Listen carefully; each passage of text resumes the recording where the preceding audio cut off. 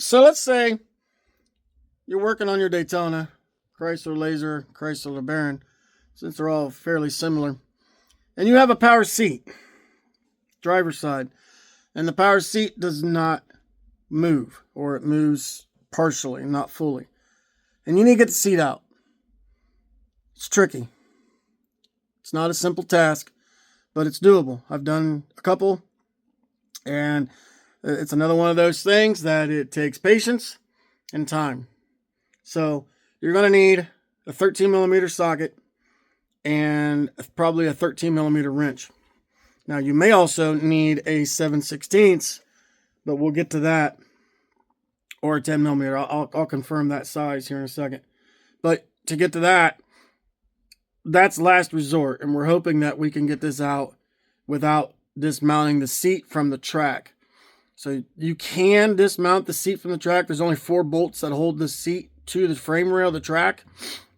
And then there's two nuts on the rear and 4 or 5 bolts on the front, depending on the car, that holds the seat track to the car, if any of that makes sense.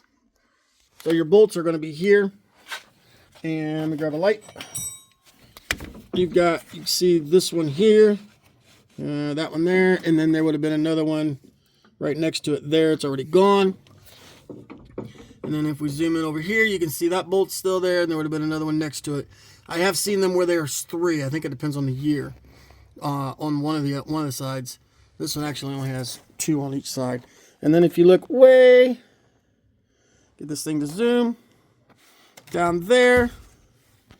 It's not very clear, but there is a nut there, and then there's one on the other side of this, in the similar area back up under here. So you got to get that plastic out of the way. That is a guard that just snaps into place, and then the one that you see laying touching the carpet, that one should be held in by a screw, and then again, once it's out, that it will expose the nut you need to take off. The problem you have with these nuts obviously is rust, and then getting them to turn. And unfortunately, you have to use a wrench, and there's just not much room to move. The wrench is almost touching the carpet, and more than likely, it's going to slip off. And then you round off the nut, and then you move on to plan B. So let's see what this one does. So amazingly enough, that nut actually came off fairly easily, which I was surprised. I was expecting a fight. It's hard to get this thing to zoom because it wants to zoom in on the surrounding pieces. But anyways, that nut is now off. Now we're going to move over to this piece of trim. And like I said, if I remember right, this piece here is just snaps into place and it just pops out. It's just a little piece of trim. I don't even know what it's for. Then you're going to take, oh, this is even unattached. Somebody's already unscrewed all this. Let me get it out. And you'll see there's a screw hole that goes to the front.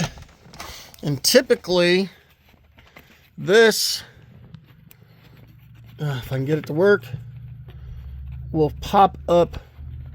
Hang on. So this little tab will pop up. It locks into place there. And that allows you access to the nut. And you can leave the seat trim on, I guess. I don't know why they did that. A lot of them I've seen there's a screw up in here, but this one has no provision for the screw, so it just snaps in on that little channel in the back. But either way, that piece of trim comes out.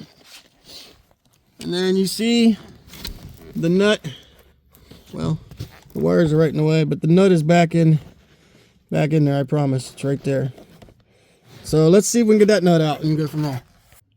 I'm in shock because amazingly both those nuts came right loose. That's not normal. Normally you're fighting those things to get them out. So let's go back to the front.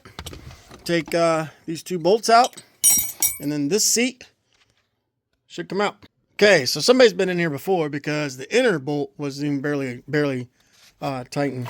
But now the seat is completely loose. You can see you can flip it down. And as a matter of fact, this is definitely a telltale sign somebody's been in here before because it's not even plugged in. So I got lucky. You might not get as lucky. You might not be able to reach them bolts in the back, or you might have to fight with them, and you may round them off, And you may strip them out, and it may just be like, oh, I'm done. Been there, done that before. So there are 4 bolts. There's one on each corner right here. There's one down there. See it down there by the yellow mark. And then there's one on the 2 on the other side, same corners. Those bolts go through the seat track and up into the bottom of the seat frame. You can remove these 4 bolts. You'll have to use a wrench, but you can do it. The inner ones are harder than the outer ones. But picture this seat laying flat. Lights right in your eyes. So getting to them is not easy, but it can be done. Another way that you can do it, I don't know if it makes it any easier, but it gives you a little more room. You take these screws out of the seat trim here. There's one hidden back behind here. Once you get this screw out, this seat trim just slides up. It's got a clip that snaps it onto the bracket. And then this one here, that screw, there should be another screw up in here. And then this screw here. And then these older ones have this plastic that runs on the inside of the release lever. And the newer ones don't have that. They eliminated this plastic as they got newer. But anyway, you work that and get it around the lever. And then there's I think it's a 13/16 bolt that goes into here. And then there's another one on the other side. And that will release the back from the bottom. That's an extreme case. I had to do that once at a junkyard. I had a customer that needed, I forget what piece he needed. But anyways, and of course the car in the junkyard has no power, and I had limited tools. I didn't have everything I have like I do here at the house. So it was a job. I did succeed, but I ended up having to take these 2 pieces and separate them here to get room, blah, blah, blah, blah, blah. We're not going to get into all that. So, but these bolts should be a 7/16 there. You're going to want to use a wrench to get them out. I will go ahead and remove this because 9 times out of 10, the seat track is froze up and doesn't work anyhow. And it can just stay in the car. And I'll keep this seat because, again, it's not the best I've seen, but it's definitely far from the worst. The worst part of the seat is this wear right here. But if a guy's got one, a person's got one, and this is bolster completely torn, which is what they're known for, then this is better than that. There is some cracking. It is leather.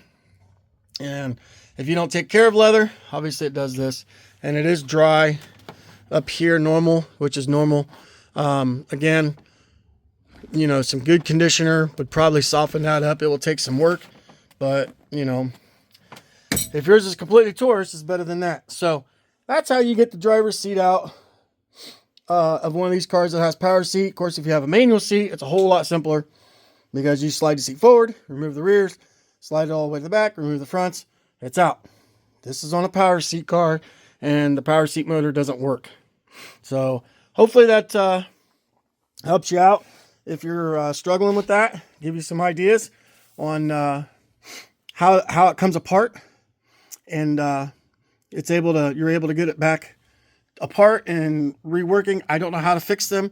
That I'm not going to lie. I don't know anything about them. I've never messed with one. It's a bunch of worm gears, as you can see, and then the motor sits up inside, and I don't know how all that works. So this is just on how to get it out of the car and find a competent place that can fix them. So I apologize that I am not that competent place. So I will take a picture of this bracket once I get it apart from the seat and show you what all it looks like and the workings of it. And you know, who knows, this one may be good. But again, this car sat for how long? And they get grummed up and rusty and just old through the years. So I'm not taking that chance. We're just going to separate it from the seat and move on with life. So there's that. I appreciate you watching this short how-to video. If there's something else you want to see, do not hesitate to reach out. You can either email us. I'll include the email link in this description, or you can message me directly through here. So, all right. Thanks for watching, and I hope you have a great day.